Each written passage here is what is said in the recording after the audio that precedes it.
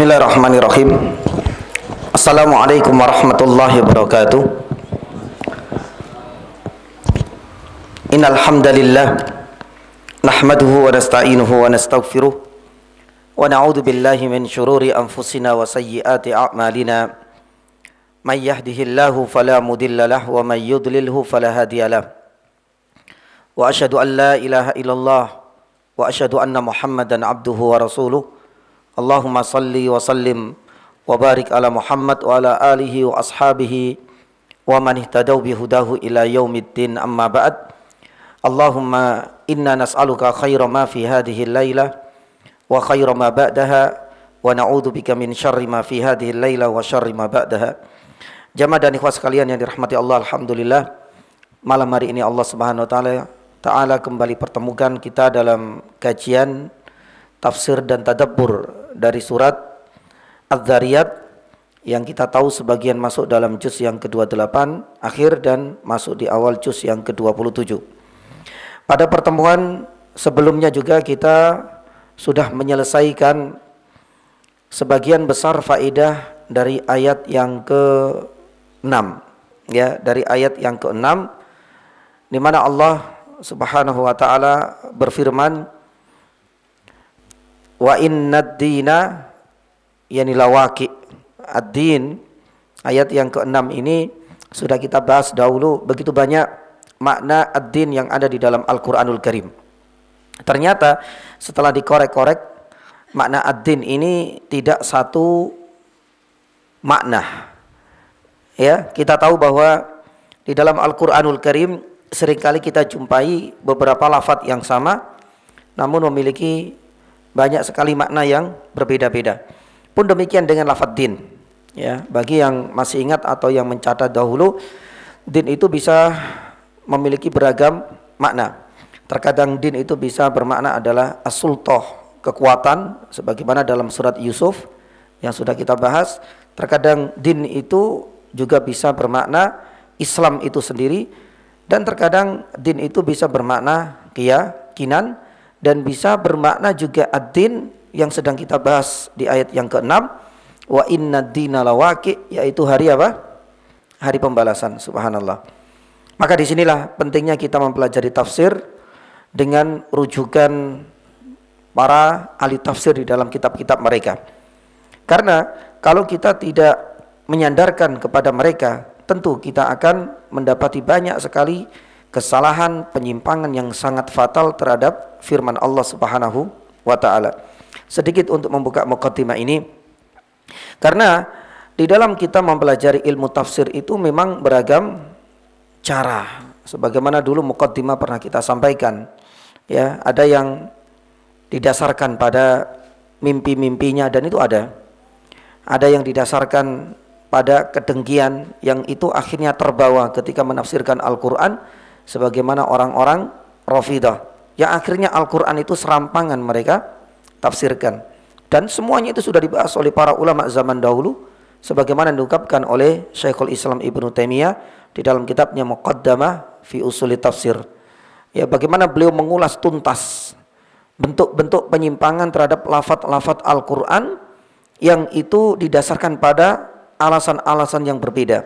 Misalnya orang-orang Rafidah karena bencinya kepada para sahabat, gimana caranya ada ayat itu dipaksa untuk memenuhi keinginan mereka. Ya, ini satu contoh dulu kita sampaikan, tabbat yada abi lahabi wa tab. Ya, padahal semua para ulama tafsir sudah meyakini yad di sini itu adalah tangan, tangannya Abu Lahab. Artinya ayat ini benar-benar murni isinya itu tentang azab, prediksi siksa yang akan menimpa Abu Lahab. Tapi ternyata datang orang-orang Khawarij mengatakan ini tidak menunjukkan arti atau makna aslinya, tapi ini adalah arti kiasan. Yad itu artinya adalah tangan kanan atau orang kepercayaan. Kenapa mereka akhirnya kemudian menerjemahkan atau menafsirkan seperti ini? Supaya membuka celah dan peluang untuk memasukkan nama Abu Bakar dan nama Umar. Karena dua nama sahabat yang mulia ini adalah dua sahabat yang paling dibenci, dimurkai oleh orang-orang Khawarij. Dan itu bukan karangan kita. Itu sudah disampaikan oleh Syekhul Islam Ibnu Taimiyah. Ya, guna untuk memasukkan keinginan dan hawa nafsu mereka yang akhirnya ayat itu dipaksa sesuai dengan keinginan mereka. Sampai dirubah, sampai menyelisihi juga pendapat jumhur dan mayoritas para ulama tafsir. Terus maknanya gimana? Jadi sebenarnya ayat ini adalah berkaitan dengan celakalah kedua, bukan tangan, tapi kedua orang kepercayaan Abu Lahab, yaitu Abu Bakar dan Umar. Ini sangat fatal sekali. Ya, hal-hal seperti inilah penting kita untuk menyadarinya. Pun demikian dengan makna ad-din. Ya, karena pernah kita sampaikan dahulu juga ada beberapa orang yang hanya mengandalkan mu'jam atau kamus bahasa Arab, bahasa Indo. Kalau kita lihat din di kamus kecil bahasa Arab dan bahasa Indonesia, pasti yang keluar itu adalah agama atau keyakinan. Ya. Tapi kenapa di dalam ayat ini misalnya, bahkan di dalam surat Al-Fatihah Maliki Yaumiddin, ternyata tidak kita jumpai lafadz din dengan artian, dengan makna agama Islam atau keyakinan. Karena sejatinya din itu memiliki beragam makna. Dan ini yang sangat parah sekali kalau seandainya hanya mengandalkan kepada kamus.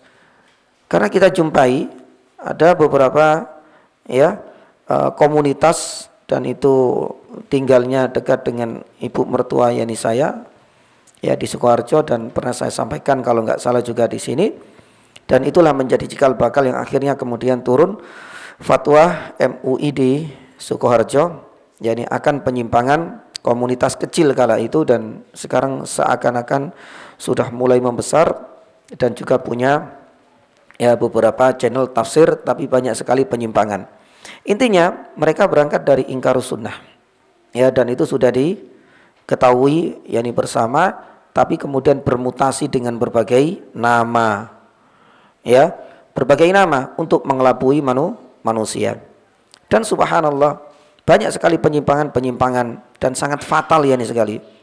Jadi semua ayat Al-Quranul Karim tidak sama sekali didasarkan kepada sabda Nabi maupun kepada ucapan para sahabat, karena semuanya hanya didasarkan pada acuan lafadz terjemahan berdasarkan kamus bahasa Arab. Satu contoh fatalnya, ketika mereka menafsirkan atau menerjemahkan lafadz ar-rijal. Ar-rijal artinya apa? Ar-rijal artinya apa? Laki-laki. Taib. Tapi kenyataannya enggak semua rijal di dalam Al-Quran memiliki arti laki-laki. Pokoknya dia mengatakan ar-rijal di dalam Al-Quran semuanya bermakna laki-laki. Karena dia mengacu kepada kamus, tidak kepada buku tafsir. Dan bagaimana penuturan dari para ulama, terutama Nabi Shallallahu Alaihi Wasallam, karena dia anti banget terhadap ini. Ya akhirnya ketika kita rujuk ar-rijal itu ada kan bentuk plural atau bentuk jamak dari rojul. Kedua rojulani, jamaknya apa? Rijal. Fatalnya ketika sampai di ayat di dalam surat Al-Hajj, wa'adzin fin nasi bil haji ya'tuka rijalan. Monggo diterjemahkan apa nih, Pak? Di surat Al-Baqarah juga ada fa in khiftum farijalan aw rukbana. Apa artinya dari makna rijal di dua surat ini? Di dalam surat Al-Hajj, Allah Subhanahu wa taala firman wa'adzin fin nasi bil haji ya'tuka rijalan. Ketika Allah Subhanahu wa taala sudah memberikan instruksi untuk melaksanakan ibadah haji, ya'tuk, semua orang dari penjuru Jaziratul Arab bahkan di luar, mereka berbondong-bondong datang kepadamu untuk melaksanakan ibadah haji. Di antara mereka ya'tuka rijalan wa ala kulli dhamirin. Rijal di sini di dalam surat Al-Hajj artinya apa? Berjalan kaki, subhanallah. Pun demikian di dalam surat Al-Baqarah, fa in khiftum farijalan aw rukbana. Ini berkaitan dengan tata cara sholat ketika dalam peperangan. Fa in khiftum, ketika engkau dalam kondisi takut, ya, makanya di dalam buku fikih itu kan ada tata cara sholat al-khauf, sholat yang dikerjakan ketika sedang berperang. Dan ini sudah dibahas oleh para ulama, ya, bagaimana caranya sholat ketika sudah berhadapan head to head dengan mereka, sedangkan musuh itu ada di arah kiblat. Terus bagaimana kalau seandainya head to head ternyata musuh ada di membelakangi kiblat? Itu sudah dibahas oleh para ulama. Kita kembali kepada ayat itu. Fa in khiftum, seandainya kau dalam kondisi yang khauf, maka tetap sholat wajib itu harus dikerjakan bahkan secara berjamaah. Inilah yang kemudian menjadi dalil yang paling kuat kata para ulama dan jumhur, menunjukkan sholat jamaah ya bagi laki-laki yang tanpa ada udzur hukumnya apa? Wajib. Padahal di sini dalam kondisi perang loh, nyawa menjadi taruhan, tapi Nabi SAW tidak memberikan udzur untuk meninggalkan sholat jamaah. Tetap. Tapi kita kembali. Fa in khiftum farijalan aw rukbana. Kalau seandainya dalam kondisi itu maka sholatlah, baik itu dalam kondisi rijal maupun dalam kondisi engkau naik kendaraan. Rijal di sini artinya apa? Apakah laki-laki? Gak ada satupun di antara para ulama tafsir yang mengatakan demikian kecuali orang ini. Ya, parah ya nih jemaah. Subhanallah. Dia tetap mengatakan pokoknya rijal gak mungkin bermakna arjul atau kaki. Rijal itu pasti bermakna laki-laki katanya. Padahal dua ayat ini menunjukkan ketika orang haji ya'tuka rijalan wa ala kulli dhamirin, itu berjalan kaki datang ke Makkah untuk haji, dan ada yang naik kendaraan, naik onta. Dalam salat khauf rijalan disebut, dan ini tidak memiliki makna laki-laki, tapi berjalan kaki silakan meskipun engkau sedang menenteng senjata, atau dalam kondisi engkau di atas kendaraan silakan tetap salat yang kita kenal dengan salat yani khauf. Tentu hal ini berbeda dengan ayat yang lain, ar-rijalu qawwamuna 'alan yani nisa. Padahal lafadznya sama, rijal, rijal, rijal. Tapi kenapa maknanya berbeda? Inilah pentingnya kita harus mengembalikan kepada ya perkataan Nabi. Kalau tidak kita jumpai, berarti kita kembalikan kepada ucapan para yani salaf, para ulama dan para pakar dalam dunia ini, yaitu dalam dunia yani tafsir. Lah, jamaah yang dirahmati Allah Subhanahu wa taala, yang lebih parah lagi sebagaimana kita sampaikan, orang ini sampai mengatakan tetap wa'adzin finnasi bil haji ya'tuka rijalan. Dia terlalu makso ya. Makanya dia mengatakan haji itu di sini tetap diartikan datang kepadamu dengan berlaki-laki. Maksudnya apa Pak berlaki-laki ini Pak? Ya, gak jelas pokoknya. Padahal gak ada satupun, saya katakan, gak ada satupun di antara para ulama ilmu tafsir yang lurus maupun yang nyeleneh mengatakan ayat di dalam surat Al-Hajj ini bisa bermakna apa? Laki-laki. Tapi dia tetap ngeyel, karena di dalam kamus rijal itu artinya laki-laki, maka berlaki-lakilah. Ya, terus dia jelaskan apa arti berlaki-lakilah, karena ayat ini menunjukkan bahwa haji itu harus punya mahram laki-laki. Nggak tahu, dia sudah memposisikan diri sebagai seorang mufassir, nyeleneh lagi, sampai kemudian dia memposisikan diri sebagai seorang ahli fikih dan ahli usul fikih.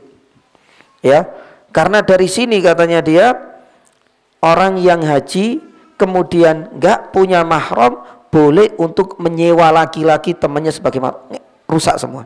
Dan itu sudah ada di dalam buku yang hanya ditujukan untuk kalangan sendiri. Buku itu yang alhamdulillah kemudian ya kita bisa dapatkan, meskipun ya ini dengan cara yang tidak wajar. Baru kemudian kita serahkan ke MUI. MUI kemudian ada mediasi Sukoharjo, mendatangkan beberapa ustadz-ustadz dari Kodim, juga dari Muspika, semuanya datang. Yani intisarinya, orang ini akhirnya kala itu mengakui ketidaktahuannya terhadap bahasa Arab. Itu sudah ya, itu sudah menjadi bukti dan alasan yang paling kuat bahwa dia sebenarnya nggak mengerti bahasa Arab. Jadi hanya mengacu kepada tafsir atau kepada mu'jam, kemudian dia ya gatukkan sendiri ilmu gatokologi atau ilmu cocokologi. Sampai sekarang ya ternyata yang subscribe-nya itu juga cukup banyak. Semenjak itu kan semuanya ditutup, kajiannya juga dilarang. Ya kemudian dia punya ya, pemancar radio juga akhirnya ditutup. Sampai sekarang juga kemarin saya lihat di sana juga nggak ada. Tapi ternyata pandemi ini seakan menjadi berkah dalam tanda kutip bagi mereka. Ternyata lewat kajian yakni online. Subhanallah. Malah parah yakni banget. Semua ayat dibabat habis. Nggak ada satupun hadis yang disampaikan di setiap kali yakni kajian. Lah, hal-hal seperti inilah yakni jamaah yang dirahmati Allah Subhanahu wa taala, saya pribadi berusaha yakni untuk menempatkan setiap lafaz karena ini adalah firman Allah. Tidak boleh kemudian kita kira-kirakan, oh sepertinya marem saya ini lafaz ini artinya seperti ini, nggak bisa. Atau pakai perasaan, atau mungkin barangkali menurut akal sehat saya, nggak bisa. Ini adalah firman Allah. Ya, makanya untuk satu lafaz ini saja ketika memiliki banyak makna, ya sudah sami'na wa ata'na, seperti itulah firman Allah. Maka oleh karena itu jamaah yang dirahmati Allah Subhanahu wa taala, ya ini satu pesan yang ingin saya sampaikan dan saya berulang-ulang kali menyampaikan kajian tafsir yakni pada kesempatan yakni kali ini saya juga berusaha untuk jujur, dan yang kedua juga profesional, dan yang ketiga juga mengembalikan kepada yakni dalil-dalil yang muktabar, yang diakui. Karena kitab tafsir ini adalah salah satu di antara kitab-kitab yang banyak dimasuki oleh syubhat. Ada dua disiplin ilmu yang seringkali masuk di situ syubhat-syubhat. Yang pertama itu adalah tafsir, dan yang kedua adalah tentang sirah nabawiyah. Kenapa demikian? Karena dua disiplin ilmu ini adalah dua ilmu yang mudah tersusupi. Tafsir, ya karena semua orang itu bisa menafsirkan. Ini kan rusak. Makanya para ulama kan kemudian membagi, ada tafsir bil ma'thur, dan yang kedua tafsir dengan apa? Logika. Dan itu kitabnya banyak sekali. Ini yang kemudian memberikan kesempatan bagi setiap orang untuk bisa menjadi seorang mufassir secara instan. Ya, ini terbuka. Pun demikian dengan sirah. Apalagi kalau seandainya berkaitan dengan sirah, kita sudah mendoktrin para jamaahnya. Kita mengatakan demikian ini karena sebagai wujud cintanya kita kepada siapa? Nabi SAW. Gak peduli riwayat itu dhaif, lemah, palsu. Ini demi untuk menjunjung tinggi ya harkat, martabat, nama baik Nabi SAW. Siapa yang gak tertarik? Maka inilah di antara dua disiplin ilmu yang sering kali ya kita jumpai beberapa syubhat-syubhat yang di dalamnya. Taib. Kemudian dulu kita sampaikan wa inna dina lawaqi, tafsir dari din. Kemudian yang kedua, ternyata hari pembalasan itu adalah sesuatu yang nyata, dan sudah kita sampaikan hari kebangkitan. Kita sudah sebutkan beberapa dalilnya secara nakli, secara akal dan logika, secara realita juga pernah terjadi di zamannya Nabi Ibrahim. Pun demikian, adanya hari kebangkitan itu adalah sebagai bukti keadilan siapa? Allah Subhanahu wa taala.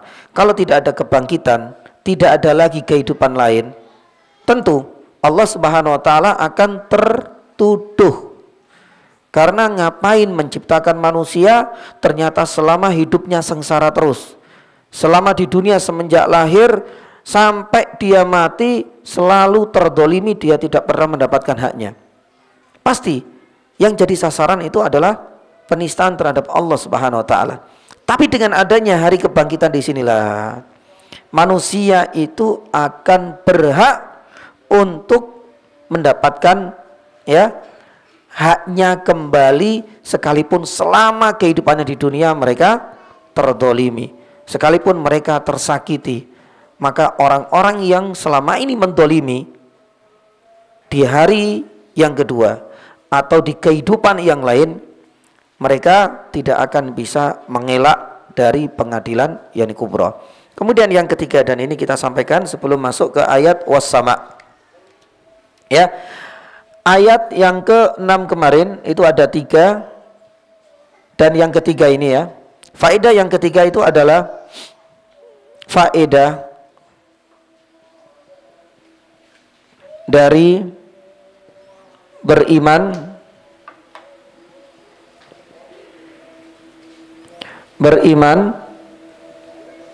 kepada hari apa? Kebangkitan. Baik. Setelah kita menyebutkan bahwasanya hari kebangkitan itu sesuatu yang nyata, ada banyak dalil. Terus apa sih faedah dan hikmah dari kita beriman kepada hari kebangkitan? Para ulama menyebutkan dua hal, dan mudah-mudahan ya ini bisa membangkitkan semangat kita. Yang pertama, itu bisa membangkitkan semangat untuk ya beramal soleh. Ini adalah yang pertama ya nih jemaah. Makanya kita bisa melihat kan hasilnya semua para sahabat ya yang dididik oleh Nabi Shallallahu Alaihi Wasallam itu semuanya adalah orang-orang militan. Karena Nabi Shallallahu Alaihi Wasallam, kalau kita tilik semua ayat-ayat yang disampaikan oleh Nabi selama berada di kota Makkah sebelum hijrah, semuanya banyak menyebutkan dua hal. Mengingatkan akan adanya kebesaran Allah, satu-satunya zat yang hanya disembah, dan yang kedua mengingatkan adanya hari apa? Kebangkitan atau hari kiamat. Makanya kita jumpai banyak di dalam Al-Quran. Bahkan di dalam hadis pun demikian. Seringkali Allah dengan yaumul akhir itu digandeng, dipadukan oleh Nabi SAW.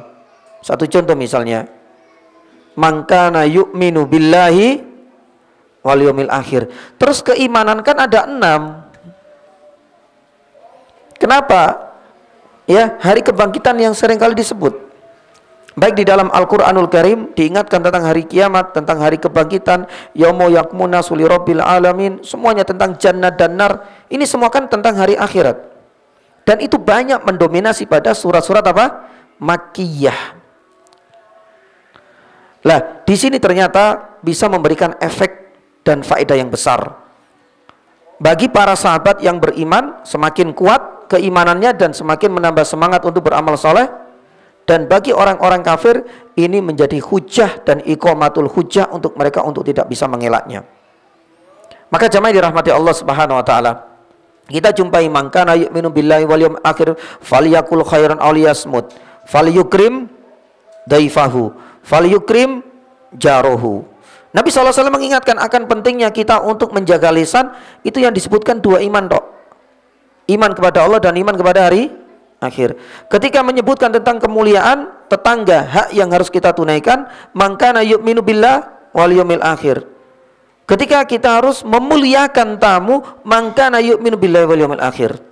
Karena dua pesan inilah yang menjadi dua pesan utama ketika Nabi SAW pertama kali dakwah di kota yakni Makkah. Hasilnya para sahabat semakin militan, dan ini adalah efeknya. Mereka semakin semangat untuk beramal yakni soleh. Ya, makanya kita bisa melihat ini jamaah dirahmati Allah Subhanahu wa taala. Rasul sallallahu alaihi wasallam sendiri sudah merasakan bahwa kehidupan yakni dunia ini bukan akhir dari perjalanan panjang kita. Masih ada kehidupan yang lain. Maka Nabi sallallahu alaihi wasallam berusaha semaksimal mungkin bagaimana ibadahnya ini menjadi modal, menjadi bekal nanti untuk kehidupan selanjutnya.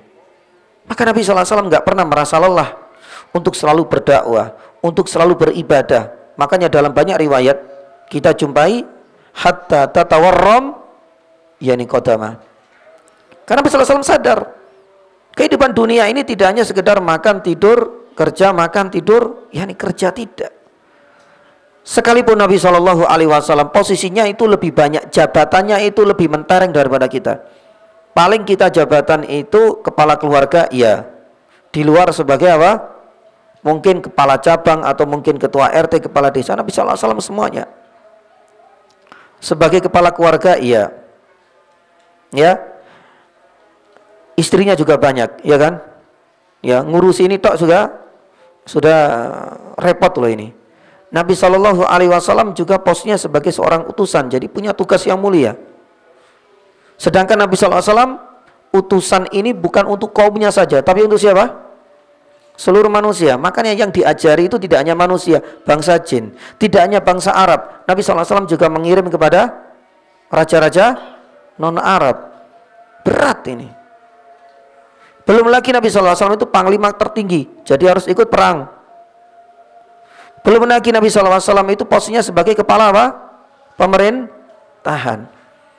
Seperti itu jabatan yang begitu banyak. Nabi SAW sholat subhanallah sampai semalam yani suntuk, karena sadar ini adalah urusan dunia, ini adalah jabatan dan memang bagian dari amanah yang harus kita tunaikan. Tapi urusan dengan Allah Subhanahu wa taala, hubungan yang lebih intensif ini nggak bisa ditinggalkan. Subhanallah, kita nggak bisa membayangkan seandainya posisi kita seperti Nabi SAW, mungkin kita akan beralasan ba'da isya saya pengen istirahat karena sudah capek. Tapi Nabi SAW enggak, minta izin kepada Aisyah radhiyallahu taala anha, saya minta malam ini saya ingin menghidupkan malam panjangku. Ya sudah, Nabi SAW dikisahkan sampai sholat malam, ya kemudian menangis, di mana tangisan dan air mata Nabi SAW ini sampai apa? Membasahi jenggotnya. Enggak lama kemudian membasahi pangkuannya ketika Nabi SAW sedang duduk tasyahud. Bahkan Nabi SAW dengan banyaknya air mata yang keluar darinya itu sampai kemudian membasahi ya tanah di mana ia berpijak ketika ia berdiri sholat, subhanallah. Dan itu sampai menjelang yani paginya. Jamaah yang dirahmati Allah, apa yang sebenarnya memantik Nabi SAW? Ya itu karena apa? Percaya ada kehidupan lain. Tidak seperti orang ateis. Kalau seandainya orang ateis menyangka, menganggap, bahkan meyakini, bahkan mengimani kehidupan ini adalah akhir dari kehidupan, makanya dia enak-enakan, yang penting jiwa nafsu saya merasa senang, ya sudah selesai. Pun demikian kita bisa melihat bagaimana ibadahnya Nabi SAW dalam berdoa. Nabi SAW nggak pernah merasa bosan, nggak pernah merasa berkecil hati, dan nggak pernah merasa capek sepertinya. Para ulama menyebutkan ketika Rasulullah SAW haji terakhir yang kita kenal dengan haji apa? Yani haji wada. Haji wada Nabi SAW ketika wukuf di Arafah itu kan disunahkan di sana untuk sholat duhur dan sholat asar di jamaah apa? Takdim. Habis itu disunahkan untuk apa? Berdoa. Ya, sampai kapan? Menjelang yani maghrib. Wallahi ya ikhwah, saya belum pernah mendapati, dan saya yang hina ini juga nggak akan mampu yani juga. Ya, sak kenceng-kencengnya kita itu ibadah dengan mengangkat kedua tangan kita ini paling lama ya 1 jam atau kurang. Padahal berapa jam yani jarak antara waktu duhur, setelah duhur sampai menjelang maghrib. Disebutkan dalam riwayat Nabi SAW nggak berhenti untuk berdoa, apalagi pada duhur, masa-masa apa? Yani masa-masa istirahat. Makanya disunahkan bagi orang yang haji itu tanggal 8-nya sebelum mereka ke wukuf Arafah itu disebut yaumutar wiyah. Ini dimanfaatkan karena besoknya ini intisarinya al-hajju apa? Arafah. Para sahabat sudah mulai lelah untuk berdoa. Bahkan kalau bagi orang yang haji itu kerpean, ngerti kerpean Pak ya? Titipan doa-doa ini sudah diulang-ulang wis entek sebelum 1 jam ini. Apa mana yang doa ini? Sudah enggak ada lagi muncul doa dari lisannya. Nabi SAW berdoa untuk kebaikan semuanya. Itu enggak pernah berhenti, disebut oleh riwayat sampai menjelang yani maghrib, yani subhanallah. Apa yang memati Nabi SAW sampai segitu? Sholat malamnya sampai seperti itu, doanya sampai seperti itu percaya dengan adanya hari yani kebangkitan. Dan itulah yang kemudian menjadikan para sahabat juga terkenal dengan militansinya untuk beramal soleh. Tidak hanya Nabi SAW, ya. Kita lihat Abu Bakar As-Siddiq radhiyallahu taala anhu. Ya, salah satu di antara hal yang menjadi kelebihan Abu Bakar As-Siddiq itu dalam hal apa? Bersedekah atau memerdekakan budak. Para ulama menyebutkan inilah yang menjadi kelebihan yang mungkin barangkali tidak akan kita jumpai di zaman ini. Orang yang baru masuk Islam, kalau bukan militan pasti dia sudah hitung-hitungan. Abu Bakar enggak. Disebutkan sebelum hijrahnya di dalam sirah Ibnu Hisham, Abu Bakar sebelum ikut hijrah bersama Nabi Shallallahu Alaihi Wasallam sudah memerdekakan ada 6 yakni orang yang dimerdekakan, dan memerdekakan itu bukan gratis, bukan cuma-cuma, tapi harus membayar dengan tebusan yang amat besar. Para ulama, Ibnu Hisham mengatakan yang ketujuh itu adalah Bilal. Padahal kalau kita taksir ya nih jamaah, maaf loh ya ini, harga untuk satu Bilal ya nih saja disebutkan 9 uqiyah emas. 9 uqiyah emas itu seandainya kita kruskan dengan gram, karena ini adalah ukuran yang biasa kita pakai saat ini, itu sekitar 200, ada mengatakan 250 atau 270 gram. 9 uqiyah setara dengan 270 gram emas murni. Kalau seandainya 1 gram hari ini 1 juta, berarti berapa untuk harga Bilal? Ya, itu mobil apa itu, Pak? Ya, subhanallah. Itu baru satu yang paling akhir Bilal. Padahal sebagian ulama ada yang mengatakan Bilal, maaf saya enggak rasis dan tidak ingin diskriminasi terhadap ya asal, warna kulit dan sebagainya. Biasanya kalau seandainya budak dari Habasyah berwarna hitam, maaf, itu biasanya dalam sejarah bangsa Arab harganya murah. Semurah-murahnya berapa? 270-an, 250 juta untuk satu orang. Padahal disebutkan di dalam sirah Ibnu Hisham itu ada 6 selain Bilal, berarti 7 Bilal yang sabiuhum Bilal, sebagaimana dikutip dari yakni Ibnu Syirah Ibnu Hisham. Ada Amir Ibnu Fuhairah yang akhirnya kemudian nanti ikut dalam perang Badar. yakni ada Ummu Ubaish, yakni ada Zinnirah, ada juga yakni seorang perempuan dari Nahdiyah sak paket dengan putrinya, itu dibebaskan semua oleh Abu Bakar. Bayangkan ketika baru masuk Islam, mengikuti Nabi Shallallahu Alaihi Wasallam, menggelontorkan uang segitu. Kalau kita taksir harga satu saja sekitar 250 juta, kita kalikan sampai 7 orang, berapa M yang harus dikeluarkan oleh Abu Bakar, dan itu tidak perhitungan sama sekali. Ya sudahlah, untuk menunjukkan yani bagaimana semangatnya dia dalam beramal soleh itu adalah ketika berkompetisi sedekah dengan Umar. Anfaqa yani jami amali. Nah, hal seperti inilah yani jami dirahmati Allah yang menunjukkan bahwa mereka visioner. Jadi pikirannya itu enggak hanya sekedar perhitungan yani dunia, tapi sudah mikir nanti di akhirat. Akhirat itulah ketika kita benar-benar punya iman yang kuat terhadap yaumul yani bi'tsah, kita akan dibangkitkan, kita akan dihisab, kita akan melalui proses yang panjang. Ini yang kemudian mereka itu enggak benar-benar perhitungan, dengan artian mereka all out banget. Ya, mengerahkan yani seluruh apa yang ada di badannya, di jasadnya, waktunya, hartanya, semuanya. Pun demikian dengan Utsman, maaf. Ya, kita bisa melihat Utsman ibn Affan radhiyallahu taala dalam peristiwa sumur rumah ya misalnya. Ya, sumur ar-rumah. Rumah itu adalah nama seorang Yahudi.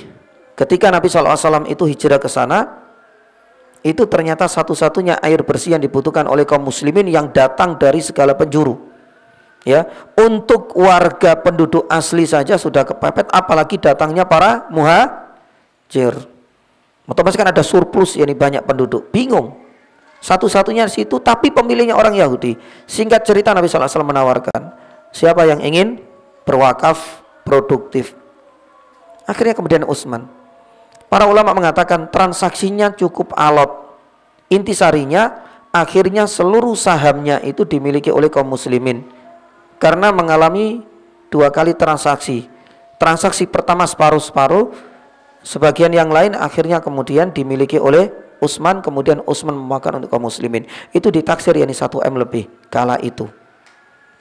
Maka oleh karena itu jamaah dirahmati Allah Subhanahu wa taala, dalam hal ibadah inilah yang kemudian terpacu gara-gara keimanan yang kuat terhadap yaumal yani al-akhir. Yang kedua, ini menjadi yani apa, sebagai media untuk dapat menjauhkan ya dari dosa dan yakni maksiat. Ini sebenarnya. Makanya Syekh Muhammad Amin Asy-Syinkiti rahimahullah taala menuturkan iman kepada hari akhir itu memiliki dua hal faedah yang sangat agung. Yang pertama, memantik semangat kita untuk beramal soleh, dan yang kedua, menjauhkan kita itu dari dosa dan yakni kemaksiatan. Dan inilah yang kita kenal dengan apa? yakni muraqabah. Ya. Karena orang yang percaya dengan adanya hari kebangkitan, nanti kita dihisab, mata kita akan dihisab, tangan kita akan dihisab, semua akan dihisab, apa yang kita makan akan dihisab. Apa yang terjadi? Tentu orang itu akan berusaha untuk tidak mau berbuat yakni maksiat. Jadi subhanallah. Ini adalah faedah yang sangat mulia sekali. Nanti kita akan sampaikan. Yani bagaimana Al-Haris, yani Al-Muhasibi itu pernah menyampaikan satu untayan hikmah, yakni satu nasihat yang sangat berharga, dan mudah-mudahan ini yang selalu menjadi prinsip kita dalam berkehidupan. Ya. Dan ketika kita benar-benar masuk dalam kubangan dosa atau maksiat, kita langsung ingat bahwasanya ini adalah bagian dari errornya keimanan kita terhadap hari kebangkitan. Yang kedua adalah takut untuk berbuat dosa atau ingin menjauhkan dari segala dosa, dan inilah sebenarnya hakikat dari muraqabatullah. Oleh karena itu, ada seorang ulama dari kalangan yang tabi'in, Al-Haris Al-Muhasibi. Ini pernah mengatakan, ya, saya tulis dalam bahasa Arab, nanti bisa diterjemahkan ya. Taib. Beliau mengatakan, ma min ahadin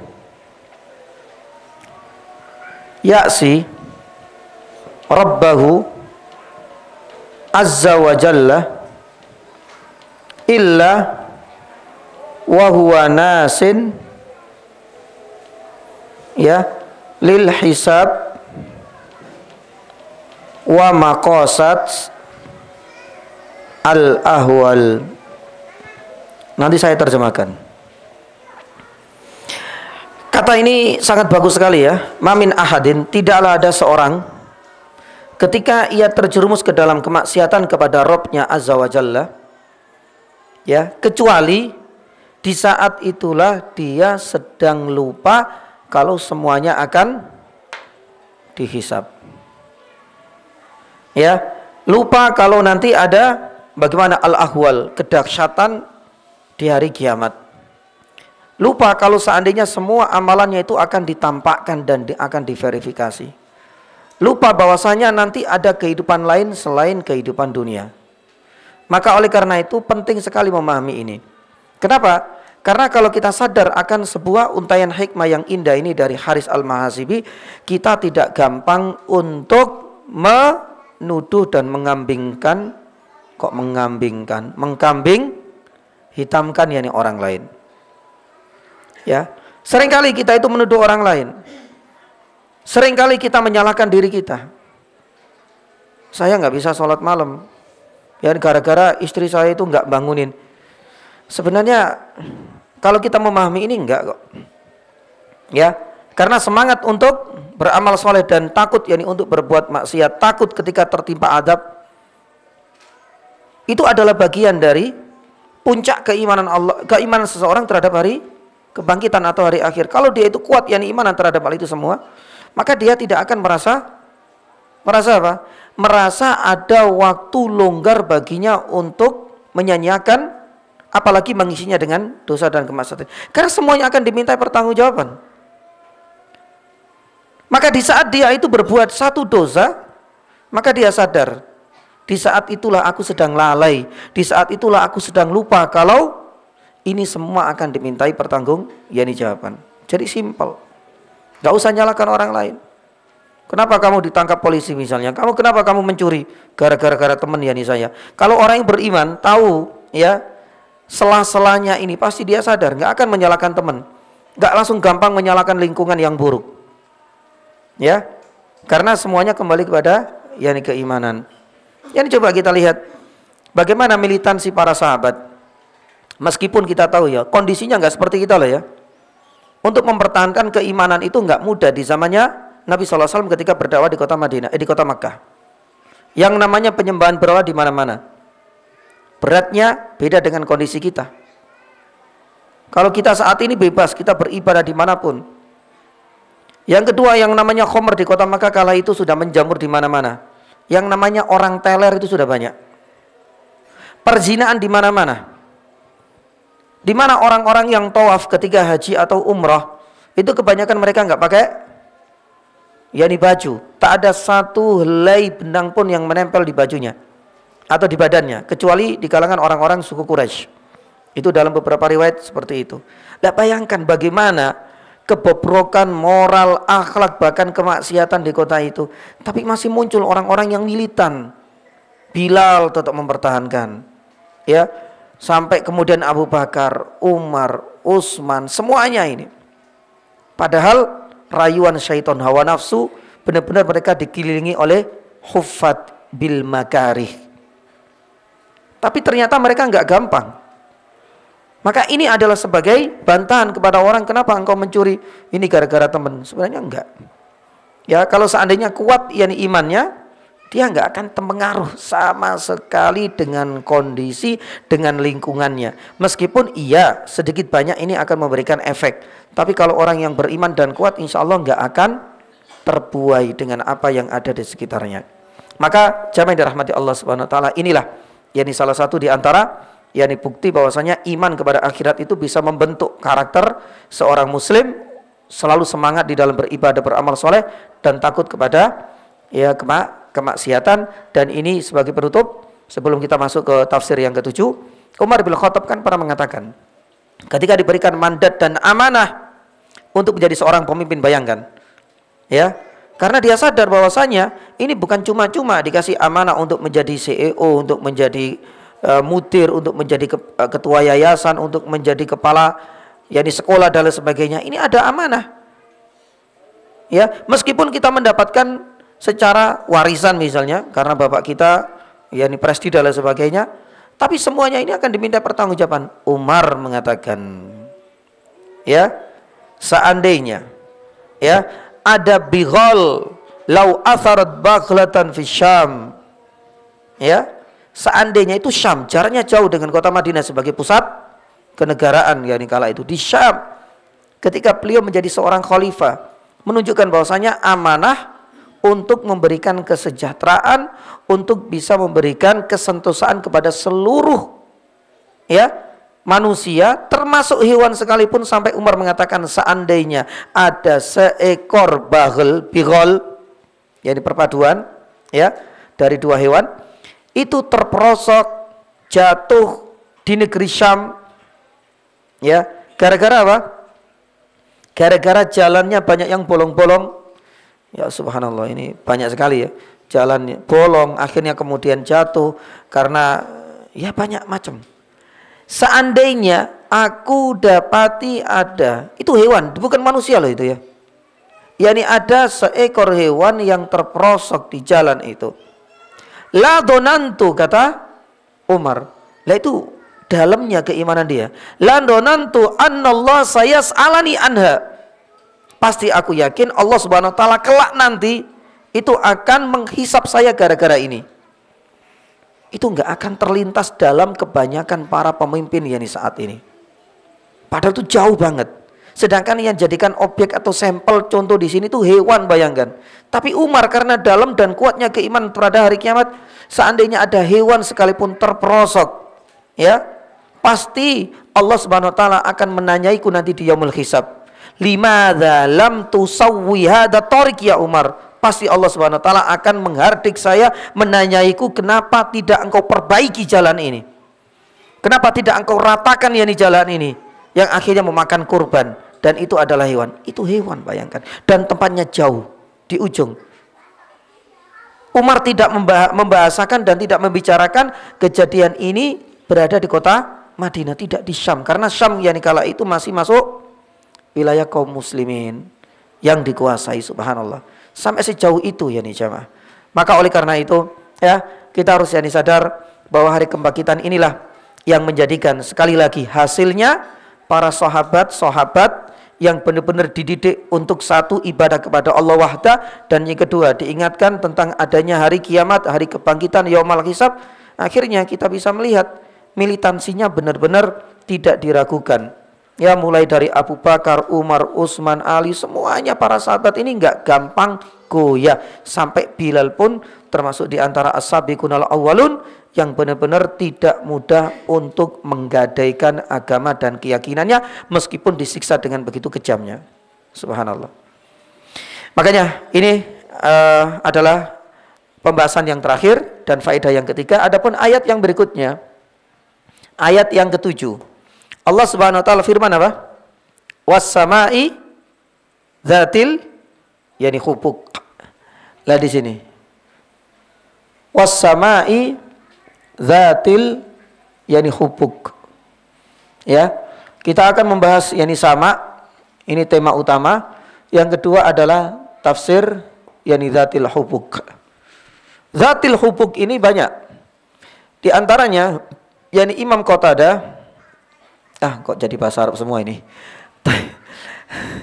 Taib Imam Qatadah itu mengatakan bahwasanya hubuk itu artinya adalah langit-langit dipenuhi dengan perhiasan.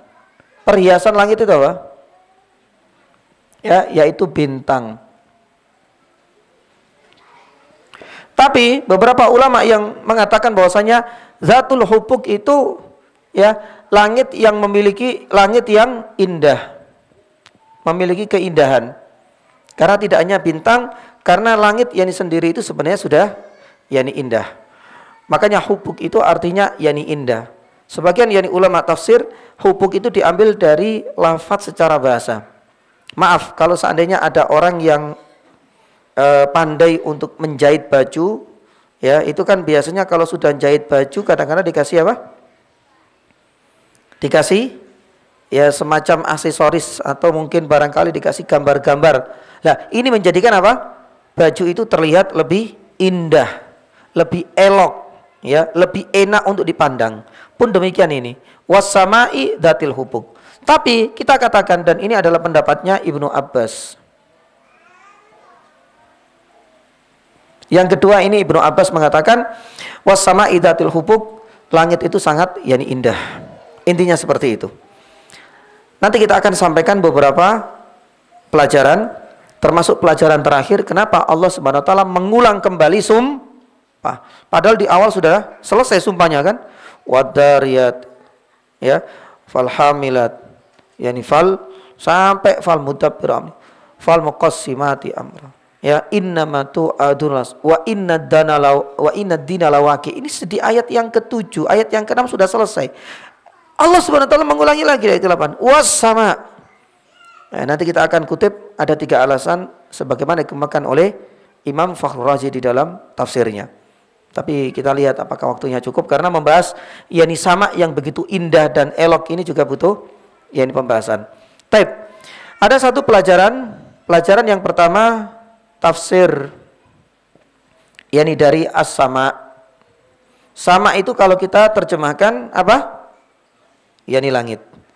Tapi ternyata sama itu memiliki penafsiran yang berbeda-beda sekali lagi. Kalau kita jumpai di dalam seluruh lafadz sama yang ada di dalam Al-Quran. Para ulama menyebutkan as-sama ini tafsirnya ada 5. Yang pertama, as-sama bisa bermakna atap, yakni atap rumah. Ya, makanya kadang-kadang kita sebut dengan apa? Langit. Dan itu memang selaras dengan makna as-sama di dalam bahasa Arab. Dari asal katanya itu bisa bermakna atap. Ya, Allah Subhanahu wa taala berfirman di dalam surat Al-Hajj ayat yang ke-15. Allah Subhanahu wa taala firman, "Falyamdud bisababin ilas sama." Ya, sama ini apanya? Atap. Ya. Yang kedua, terkadang as-sama di dalam Al-Qur'an itu bisa bermakna mendung atau awan. Nah, jadi ternyata memiliki tafsir yang cukup beragam meskipun satu lafaz. Allah Subhanahu wa taala berfirman salah satunya di dalam surat Al-Mu'minun ayat yang ke-18 dan surat Luqman ayat yang ke-10. Di dalam surat Al-Mu'minun ayat yang ke-18 Allah Subhanahu wa taala berfirman, ya, wa anzalna minas sama'i ma'am biqadarin. Di dalam surat Luqman ayat yang ke-10, wa anzalna minas sama'i ma'am fa'ambatna fiha min kulli zaujin karim. Ya, kalau kita telusuri di dalam penafsiran, salah satunya disebutkan di dalam tafsir At-Tabari, Jami'ul Bayan fi Ta'wil Ayil Quran bi Ayil Quran, Imam Ibnu Jarir At-Tabari mengatakan bahwasanya di dalam surat ini memiliki makna yang sepadan. Bahwa arti sama di sini di dua ayat ini tidak memiliki makna atap, tapi apa? Mendung atau awannya. Karena dari awan itulah kemudian akan turun apa? Turun hujan. Dan bahkan Imam Qurtubi rahimahullahu taala di dalam tafsirnya Al-Jami' li Ahkamil Quran, terkadang sama itu bisa bermakna hujan sendiri, air hujannya. Ya, bisa kita lihat di dalam surat Hud ayat 52. Allah Subhanahu wa taala berfirman, yursilis alaikum midrara. As-sama di sini bukan atap kata Imam Al-Qurtubi. Bukan pula mendungnya, tapi yursilis sama itu artinya air hujannya sendiri.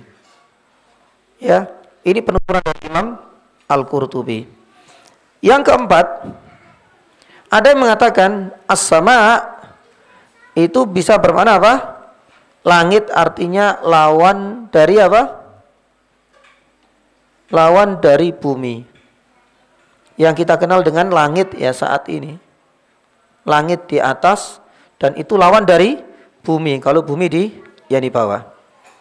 Bisa kita jumpai di dalam surat Al-Baqarah dan insya Allah banyak yang sudah hafal. Ya, karena masih di awal-awal di ayat yang ke-22. Allah Subhanahu wa taala firman, alladzi khalaqalakum minal alladzi ja'alakumul arda firasa was samaa bina. Ya, ketika Allah Subhanahu wa taala membandingkan antara bumi sebagai firas, hamparan, sedangkan langit ya sebagai bangunan yang kokoh, maka para ulama mengatakan ini tidak sekedar atap dan ini tidak sedang membicarakan mendung apalagi hujan. Ini sedang membicarakan ciptaan Allah, langit sebagai pembanding dan lawan dari apa? yakni bumi. Ya. Adapun yang terakhir, jamaah dirahmati Allah Subhanahu wa taala, ya, langit atau as-sama yang terakhir itu adalah langit khusus, ya, langit surga dan langitnya apa? Neraka. Karena semuanya ini kita sedang membicarakan dunia. Tapi siapa sangka nanti di akhirat langit itu akan diciptakan oleh Allah Subhanahu wa taala dengan bentuk yang berbeda. Ya, pun demikian dengan hamparan. Saat ini kita di bumi seperti ini. Nanti semuanya akan hancur. Langit juga akan hancur, bumi juga akan hancur. Terus kita tinggal di mana? Padang mahsyar. Itu adalah hamparan baru. Kira-kira ada atap enggak? Ada. Ada matahari enggak nanti? Ada matahari enggak? Ya, ini ada, diciptakan kembali oleh Allah Subhanahu wa taala dengan bentuk yang berbeda. Bahkan Nabi sallallahu alaihi wasallam mengatakan jaraknya lebih dekat daripada jarak saat ini matahari dengan kepala kita. Nah, itu nanti permasalahannya, pembahasannya yaumul akhir. Maka oleh karena itu Allah Subhanahu wa taala berfirman, ya, ketika membicarakan tentang ya jannah dan neraka. Ternyata neraka ini juga punya langit. Ya, pun demikian dengan surga di dalam surat Hud ayat 107 dan 108. 107 membicarakan tentang orang-orang kafir. Khalidina fiha madamatis samawati wal ard. Ada langit dan ada hamparan. Ya. Pun demikian ketika membicarakan di ayat yang 108 dari surat Hud. Jannah itu juga punya langit. Khalidina fiha, mereka akan selama-lamanya di jannah madamatis samawati wal ard. Maka di sini sebagian ulama tafsir mengatakan bahwasanya ya ini menjadi langit khusus, tidak seperti langit lawannya dari bumi yang saat ini kita berpijak. Itu langit di jannah nanti pun demikian, neraka itu juga punya yakni langit. Bentuknya seperti apa? Wallahu taala a'lam bishawab. Taib, jamaah dirahmati Allah Subhanahu wa taala, ini adalah tafsir dari yakni langit. Kita sedikit kembali kepada zatil hubuk. Adapun langit yang sedang kita bahas ini adalah langit lawan dari apa? Langit lawan dari bumi. Ya. Di dalam surat ini was-sama'i dzatil hubuk ini sedang membahas langit lawan dari yakni bumi. Karena langit ini adalah satu makhluk Allah Subhanahu wa taala, dzatil hubuk, apalagi diberikan sifat memiliki apa? yakni keindahan. Dan karena inilah Allah Subhanahu wa taala menjadikan salah satu objek di dalam sumpahnya. Ingat, ketika makhluk Allah dijadikan objek sumpah berarti pasti memiliki kelebihan atau keistimewaan. Salah satunya disebut ya bahwasanya langit itu punya sisi indahnya, ada kecantikan dan sisi keelokannya. Nah di sini kita akan membongkar mengenai fakta, mengenai kelebihan-kelebihan, mengenai keistimewaan langit hingga Allah Subhanahu wa taala menjadikan sebagai objek di dalam yakni sumpahnya. Taib enggak insyaallah. Jazakallahu khair. Jazakallahu khair. Ya. Dzatil hubuk. Dan ini dijelaskan oleh para ulama. Apa saja sih sisi kelebihan, keindahan yang dimiliki oleh langit sampai Allah Subhanahu wa taala menjadikan objek wasamai dzatil hubuk? Yang keberapa ini? Yang kedua. Kita anggap aja yang kedua. Ya. Kelebihan ya atau keutamaan dari langit sampai disebut oleh Allah Subhanahu wa taala dzatil hubuk. Yang pertama, para ulama mengatakan bahwasanya langit ini diciptakan tanpa tiang, bukan pakai y, Pak. Kalau pakai tiang nanti artinya berbeda. Ya, tiang. Tanpa tiang. Makanya Allah Subhanahu wa taala berfirman, salah satunya di dalam surat Ar-Ra'd ayat yang kedua. Allah Subhanahu wa taala firman, ya, Allahu rafa'as samawati bighairi amadin, tanpa tiang, tanpa penyangga maksudnya. Ya, di dalam surat Fatir ayat 41 Allah Subhanahu wa taala menjelaskan, terus kalau seandainya langit ini kan bangunan tanpa penyangga, lantas bagaimana hal ini bisa terjadi? Karena yang namanya hukum dunia ini kalau kita membangun apapun, membuat sesuatu pasti harus ada tiang, penyangga, pondasi dan lain sebagainya. Allah Subhanahu wa taala sudah menjelaskan di ayat 41, innallaha yumsikus samawat antazula. Jadi memang sengaja Allah Subhanahu wa taala memberikan kelebihan ciptaan siapa? Langit ini karena Allah sendiri yang menahannya. Ya ini subhanallah. Makanya ya langit ini menjadi satu kelebihan karena bangunan tanpa disertai penyangga atau tiang karena Allah Subhanahu wa taala sendiri yang menahannya. Innallaha yumsikus samawati wal ardi antazul. Baik. Makanya jamaah dirahmati Allah Subhanahu wa taala, di dalam sebuah buku yang sudah diterjemahkan karangan Dr. ya Nadia Thayyarah, sepertinya juga sudah diterjemahkan dalam bahasa kita ya. Kalau nggak salah terjemahnya buku pintar sains dalam Al-Quran kalau nggak salah. Ya, ini juga sebenarnya bagus untuk membekali mungkin anak-anak kita, santri-santri kita terhadap keajaiban alam semesta yang dikaitkan dengan apa? Bukti-bukti kauniyah yang ada di dalam Al-Quran. Salah satunya ini disebutkan mengenai kelebihan langit, sampai disebut oleh Allah Subhanahu wa taala dzatil hubub, punya keindahan, punya kelebihan, punya keistimewaan yang tidak dimiliki yang lain. Salah satunya diciptakan tanpa penyangga atau tiang. Yang kedua, Allah Subhanahu wa taala menciptakan langit ini indah karena sampai ada apa? 7 lapis. Saya sudah katakan lapis. Atau mungkin istilahnya adalah tingkatan. Ya. Karena sebenarnya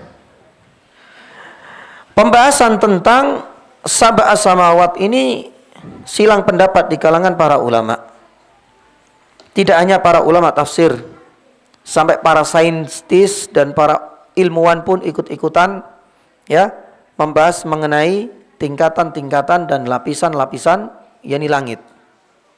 Baik. Kalau kita telusuri, 7 ini ada di dalam 9 ayat yang terangkum di dalam 8 yakni surat. Kata Yan Syekh Al-Barrak, beliau ketika membahas tentang kelebihan langit di mana Allah SWT menciptakan dengan 7 ini, beliau mengatakan di dalam Al-Quran sudah disebutkan banyak, tidak hanya sekali saja. Ada 8 ayat yang itu terangkum pada 8 surat. Berarti ada 1 surat yang menyebutkan dua kali. Ini banyak. Di dalam surat Al-Baqarah nanti kita akan sebutkan. Di dalam surat Al-Isra, di dalam surat Al-Mu'minun, di dalam surat Fussilat, di dalam surat Hud, sampai di dalam surat Al-Mulk. Itu juga nanti akan jumpai Allah SWT menciptakan 7 yakni langit. Cuma apa maksud dari yakni 7? Karena disebutkan itu sab'a samawat, 7 langit, 7 langit, 7 langit, 9 ayat di dalam 8 surat. Nah di sini kemudian memicu beberapa para ulama untuk menjelaskan apa maksud dari 7 langit ini. Ada yang mengatakan 7 ini adalah 7 planet. Dan ini disebutkan di dalam tafsir yakni Tahrir wa Tanwir ya. Ibnu Ashur At-Tahir yakni Ibnu Ashur menjelaskan bahwa 7 ini adalah 7 planet, 7 benda-benda langit. Ya mungkin kita kenal dengan planet apa itu? Venus, Merkurius, yakni Uranus sampai kemudian matahari semuanya. Ini adalah makna dari sab'a samawat, yaitu 7 planet. Subhanallah, siapa sangka di dalam tafsir ya Ibnu Ashur atau Tahrir wa Tanwir sudah menyebutkan masalah ini. Ini subhanallah. Ternyata 7 adalah 7 planet. Ada yang mengatakan 7 di sini itu adalah 7 yang menunjukkan bilangan ya yang banyak. Maksudnya apa? Terkadang kebiasaan bangsa Arab itu kalau menyebut sesuatu yang banyak itu kadang-kadang menggunakan angka apa? Bilangan 7. Satu contoh. Di dalam surat Luqman ayat 27 pun demikian dengan surat At-Taubah ya, ayat berapa? 80 ya. Coba nanti dicek kan.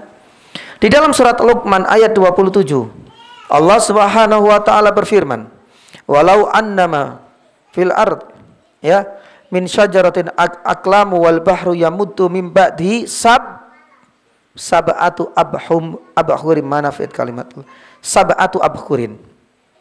Kenapa harus milih angka 7? Sebagian ulama mengatakan memang 7 ini menunjukkan apa? Banyaknya pesan yang ingin disampaikan di dalam ayat tersebut. Sab'atu ahad bukan berarti harus ada 7 lautan, tidak. Sama juga dengan angka 7. Bisa 7, 70, 700. Hanya saja dalam surat Taubat ini ada nolnya, berarti 70. Allah Subhanahu wa taala firman, "In tastaghfir lahum aw la tastaghfir lahum."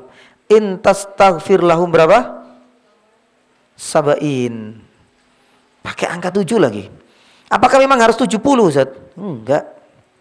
Ini menunjukkan bilangan yang banyak. Mungkin bahasa kita no limit, tidak terbatas. Itu biasanya 7 itu dipakai. 7 atau 70 atau ratusan 700 dan begitulah seterusnya. Taib. Ada yang mengatakan 7 di sini, 7 langit itu adalah lapisan khusus yang kita kenal dengan lapisan atmosfer. Mungkin ini pelajaran dulu waktu kita SD belum ya Pak ya, SMP ya minimal ya. Kalau saya ini Saiki mungkin SD sudah diajari ini, dulu kita belum. Ya, ada lapisan-lapisan. Dan itu semua disebutkan oleh Imam At-Tahir Ibnu Asyur dalam tafsirnya At-Tahrir wa Tanwir. Ya, bahwasanya ada yang mengatakan itu adalah 7 lapisan atmosfer. Yang ada kadang-kadang troposfer, yakni ozonosfer, kemudian termosfer, semuanya. Itu adalah bagian dari lapisan-lapisan atmosfer yang alhamdulillah mungkin sebagian besar yakni kita sudah pernah mempelajari hal ini. Taib. Kemudian ada yang keempat, yang terakhir, ya, yang dimaksud dengan 7 itu adalah 7 lapis atau yang kita kenal dengan 7 tingkatan. Taib. Dan ini adalah pendapat yang insya Allah lebih mendekati kebenaran. Ya, kenapa demikian? Karena hal ini didukung oleh dalil di dalam Al-Quran, salah satunya di dalam surat Nuh ayat yang ke-15. Di dalam surat Nuh ayat yang ke-15 ini sebagai bukti konkret, sebagai bentuk penafsiran dari ayat Sab'a Samawat. Dari sini sudah jelas apa itu dari 7 langit itu. Allah Subhanahu wa taala firman di dalam surat Nuh ayat yang ke-15, alam tarau kaifa khalaqa sab'a samawatin apa? Ayatnya apa di situ apa? Tibaqa. Apa itu yakni tibaqa? Tobaq. Kalau kita belajar sedikit yakni bahasa Arab, biasanya kalau kita masuk hotel yang bertingkat atau bangunan apartemen yang bertingkat itu biasanya kadang pakai daur al-awwal atau pakai tobak. Tobak itu tingkatan. Ya, maka para ulama mengatakan bahwasanya ini adalah pendapat yang lebih mendekati kebenaran. Yang dimaksud dengan sab'a samawat sebanyak 9 kali di dalam Al-Quran, itu ternyata yang paling mendekati kebenaran adalah lapisan atau yakni tingkatan. Yang pertama, kenapa bukan planet? Ya, karena kalau kita lihat hasil dari penelitian dan riset, planet ini ternyata tidak hanya berhenti pada angka 7. Coba kita telusuri.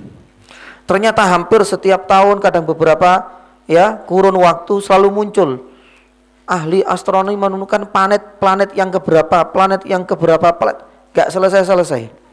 Ya, berarti angka 7 kalau dikaitkan dengan jumlah planet ini enggak pas. Ya, dan ini juga sudah diingkari oleh para saintis dan ilmuwan, tidak. Karena memang jumlahnya itu banyak. Ya, hanya saja yang mampu terekspos oleh alat buatan manusia itu baru yang mampu dijangkau ini saja. Maka ini dianggap lemah, dan banyak di antara para saintis juga tidak mengatakan tidak hanya terbatas pada angka 7. Yang kedua, bilangan yang banyak ini juga termasuk pendapat yang lemah. Kenapa demikian? Ya, karena surat Luqman ayat 27, surat At-Taubah ayat 80 ini misalnya, itu memang butuh dalil khusus dan itu kembali kepada tafsir. Ya. Sedangkan khusus untuk ayat yang ke-7 ya, terutama tentang pembahasan as-sama sab'a samawatin ya, itu ternyata sudah ditafsirkan di dalam surat Nuh. Maka berarti tidak boleh kita bawa kepada makna yang lain. 7 ini artinya angka yang sangat banyak. Loh, sudah ditafsirkan kok. Berarti tidak bisa lah. Ya, ini kita otak-atik lagi. Taib. Lapisan atmosfer ini juga lemah. Kenapa demikian? Karena para ulama sepakat, sebanyak apapun lapisan atmosfer ini baru ada di tingkatan pertama yang kita kenal dengan sama'ud dunya atau langit dunia. Itu baru tingkatan pertama semua. Lapisan 1, 2, 3 nggak tahu berapa. Bahkan ada yang mengatakan nggak sampai 7, ada yang mengatakan cuma 6. Ya, lapisan atmosfer ini semuanya ini. Itu semuanya baru ada di langit dunia, tingkatan 1 semuanya. Lah, sedangkan sab'a samawatin inilah ada 7 lapisan, dan ini juga diperkuat yang dijama'i dirahmati Allah, kisah Nabi SAW dalam Isra Mi'raj. Selesai sudah. Di mana Nabi SAW menemui berapa nabi di 7 langit ini? Berapa? Ada 8 nabi. Loh, katanya 7. 7 langit Tapi ada satu tingkatan di mana Nabi sallallahu alaihi wasallam menemui yakni 2 nabi. Berarti tetap ada 7 tingkatan. Mulai dari tingkatan pertama Nabi Adam sampai tingkatan yang paling ujung Nabi Ibrahim yakni salam. Lah, ini adalah bukti konkret, berarti ada tingkatan. Lah, berkaitan yang dengan tingkatan ini kalau kita tarik lagi, ada perbedaan di antara para ulama. Ada yang mengatakan apakah semuanya itu adalah mutawasilat atau mutafasilat. Saya akan sampaikan. Mutawasilat itu nyambung satu dengan yang lain. Misalnya ya, kalau seandainya rumah ini kan nyambung ya, nggak ada jeda, nggak ada jarak. Ya, lantai pertama, lantai kedua kan nyambung, sampai lantai berapapun ke atasnya. Itu namanya mutawasilat, nyambung. Yang kedua mutafasilat, itu ada jeda, ada jarak. Ada 2 pendapat. Tapi Ibnu Katsir rahimahullah di dalam tafsirnya itu lebih condong dengan pendapat yang kedua, Ibnu Katsir. Jadi langit salah satu keindahannya 7 lapis atau 7 tingkatan ini, kata Ibnu Katsir di dalam tafsirnya, yang lebih mendekati kebenaran menurut beliau rahimahullah itu ada jarak. Ya, jarak antara langit pertama dengan langit kedua dan begitu seterusnya itu ada jaraknya, ada jeda. Jadi nggak langsung apa? Ya, ini nyambung. Dan disebutkan terakhir ya, jarak 1, kedua, ketiga ya, itu jaraknya berapa? 500 yakni tahun perjalanan, sebagaimana Abdullah ibnu Mas'ud mengatakan demikian. Makanya kalau kita membayangkan, subhanallah ya, 500 tahun dari sini langit dunia terus langit. Makanya astronot itu ya, selama-lamanya sak suwe-suwe nih mau terbang ke langit itu bisa dipastikan baru di mana, Pak? Ya, dan itu nggak sampai juga sampai ujungnya langit pertama. Ya, karena perjalanan 500 yani tahun, kata Ibnu Mas'ud ini demikian. Tapi yang ajib mungkin barangkali, kok bisa Nabi sallallahu alaihi wasallam dalam peristiwa Isra Mi'raj itu sudah di luar nalar memang. Yang kita butuhkan hanyalah apa? Beriman. Makanya kalau kita bahas Isra Mi'raj dalam Sirah Nabawiyah itu subhanallah, orang-orang kafir itu banyak yang kemudian apa? Meletakkan tangannya di kepala. Karena apa? Merasa ini janggal, ajib, nggak mungkin, macam-macam. Bagaimana mungkin dalam waktu jarak tempuhnya yang ratusan juta kilometer mungkin dari Hijr Ismail kemana? Baitul Maqdis. Baitul Maqdis langsung kemana? Ke langit. Padahal perjalanannya ditempuh dengan ya, perjalanan rata-rata itu baru 1 dari 500 tahun. Apalagi sampai yang ke-7. Jadi subhanallah. Itu cuma semalam tok. Balik lagi, turunnya lagi, baliknya itu butuh berapa tahun perjalanan. Itu bisa kembali lagi ke tempat yakni asal Nabi sallallahu alaihi wasallam sebelum subuh.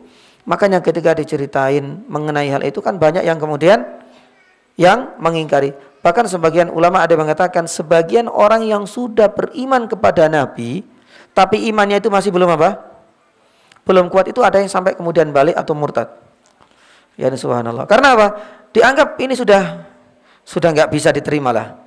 Kalau seandainya tentang Al-Quran, keindahan, keajaiban Al-Quran, ada buktinya seperti ini, kalimatnya seperti ini, kita nggak bisa mampu untuk membantahnya. Ya, kalau seandainya keajaiban Nabi Shallallahu Alaihi Wasallam yang bisa dilihat oleh orang lain itu memungkinkan. Tapi kalau seandainya kejadian ini hanya Nabi Shallallahu Alaihi Wasallam yang mengalami, kemudian banyak yang enggak. Ya, ini percaya. Tapi salah satu yang bisa kita tarik dari kisah Isra Mi'raj ini adalah Nabi sallallahu alaihi wasallam benar-benar ya bisa merasakan 7 tingkatan apa? Ya, ini langit, ya ini. Masih menyisakan ya yang ketiga dan yang keempat ya, baru kemudian nanti kita akan masuk ke ya ini al-hubuk, keindahan ini tidak dijadikan oleh Allah Subhanahu wa taala abadi karena pasti akan apa? Yani hancur, dan ini menjadi kelebihan langit. Langit ini ciptaan Allah Subhanahu wa taala, zatil hubuk diberikan kelebihan sampai ketika hancur pun dijelaskan oleh Allah Subhanahu wa taala secara mendetail. Ya, Beda dengan manusia. Manusia kan memang disebutkan secara mendetail, iya. Bagaimana prosesnya. Karena memang dijadikan dunia bumi ini adalah untuk manusia, untuk mukallaf. Tapi coba kita lihat, hancurnya alam semesta ini. Matahari hancur gak? Hancur. Bulan hancur gak? Hancur. Langit hancur. Tapi yang lebih spesifik, dijelaskan dengan rinci, itu hanya langit yang paling banyak. Idas samaun fatarat, idas samaun syaqqat, wasaqqatis sama'u fayyawma idiu wahiyah. Ya, wa idas sama'u idas sama'u kushitat. Ya, yauma natis sama'a lil sijil. Subhanallah. Ini semua adalah urutan yang menunjukkan kelebihan hingga Allah Subhanahu wa taala menjadikan sebagai objek yakni sumpah. Karena tidak hanya penciptaan, tidak hanya sebatas yakni keindahan, sampai bagaimana nanti prosesnya langit ini kemudian dihancurkan secara total, itu Allah Subhanahu wa taala sebutkan di dalam Al-Qur'an secara rinci, dan itu dimulai dengan infitor. Makanya was-sama'i idas samaun fatarat. Ya, kemudian idas samaun syaqqat. Apa artinya ini? Ternyata ada perbedaan, dan ini adalah tahapan-tahapan yang akan dilalui oleh langit, sebagaimana tahapan manusia dalam penciptaan maupun tahapan manusia nanti dalam hari kebangkitan. Itu kan disebutkan secara rinci oleh Allah. Kenapa hanya langit? Kita kembali, itu adalah salah satu sisi kelebihan dan keutamaan yakni langit, sampai Allah SWT menjadikan objek dalam yakni sumpahnya. Allah Ta'ala alam bisawab. Mungkin ini saja yang bisa kita sampaikan. Dan tadi belum menyampaikan juga wasama. Kenapa Allah SWT mengulang kembali sumpahnya di dalam ayat ini? Nanti kita akan kutip penjelasan dari Imam Fakhrur Razi di dalam tafsirnya. Ada 3 alasan yang mendasar mengenai hal ini, sampai kemudian mudah-mudahan bulan depan kita bisa langsung masuk ke ayat yang ke-8. Innahum lakum qaulum mukhtalif. Ternyata orang-orang kafir ini ucapannya yakni tidak ajak, tidak konsisten. Dalam hal apa? Lah ini ada banyak pendapat di kalangan para ulama. Ada yang mengatakan perbedaan ketika menyikapi Nabi SAW, perbedaan ketika menyikapi Al-Quranul Karim, perbedaan ketika mereka meyakini yakni sendiri. Makanya mereka kan nggak ajak. Keyakinan untuk menyembah berhala itu kan beda-beda, gonta-ganti. Ya. Karena mereka itu disebutkan di dalam sebuah riwayat, kalau seandainya mereka mendapati ada batu yang indah, itu pasti akan disembah. Nek ketemu batu yang lain lebih indah lagi, yang lain akan dibuang, ganti ya batu yang baru. Jadi nggak tahu, seandainya mereka tahu di sini ada batu akik, mungkin barangkali juga bisa disembah. Dan itu diceritakan oleh seorang sahabat. Itu menunjukkan apa? Mereka itu nggak ajek di dalam keyakinan, di dalam peribadatan. Ya suka-suka yakni seperti ini. Ya, nggak ada SOP yang jelas. Ya, kalau kita alhamdulillah ibadah kepada Allah semata, ya sudah. Ya, dari awal sampai kita meninggal Allah Subhanahu wa taala yang wajib. Lah, itu adalah di antara 3 makna innakum la fi qaulim mukhtalif, karena tidak ajak. Termasuk menyikapi kenubuwan Nabi, menyikapi kemukjizatan Al-Qur'an, dan perbedaan di dalam keyakinan mereka yakni sendiri. Semoga Allah Subhanahu wa taala pertemukan yakni kita di pertemuan yang selanjutnya, dan semoga bisa kita tuntaskan. Jadi maaf, ya ini adalah bagian dari tadabbur, dan semoga para jamaah ya dimarem ya, karena memang kita nggak bisa langsung ya lafat. Makanya saya yang buat ini sebagai bentuk tafsir dan tadabbur, yakni surat Al-Quran, terutama di juz yang ke-27. Ada pertanyaan ya nih, coba? Ada pertanyaan? Jelas insyaallah. Taib, yani jazakumullah khairan atas kehadirannya, dan jazakumullah khairan atas kedatangannya, dan semoga Allah Subhanahu wa taala berikan kita kesehatan, berikan kita kemudahan untuk bisa menuntaskan ayat demi ayat dari juz yang ke-27 ini. Subhanallah, asyhadu an la ilaha illa anta, astaghfiruka wa atubu ilaik. Wa sallallahu ala nabiyyina Muhammadin wa ala alihi wa sahbihi wasallam. Wassalamualaikum warahmatullahi wabarakatuh.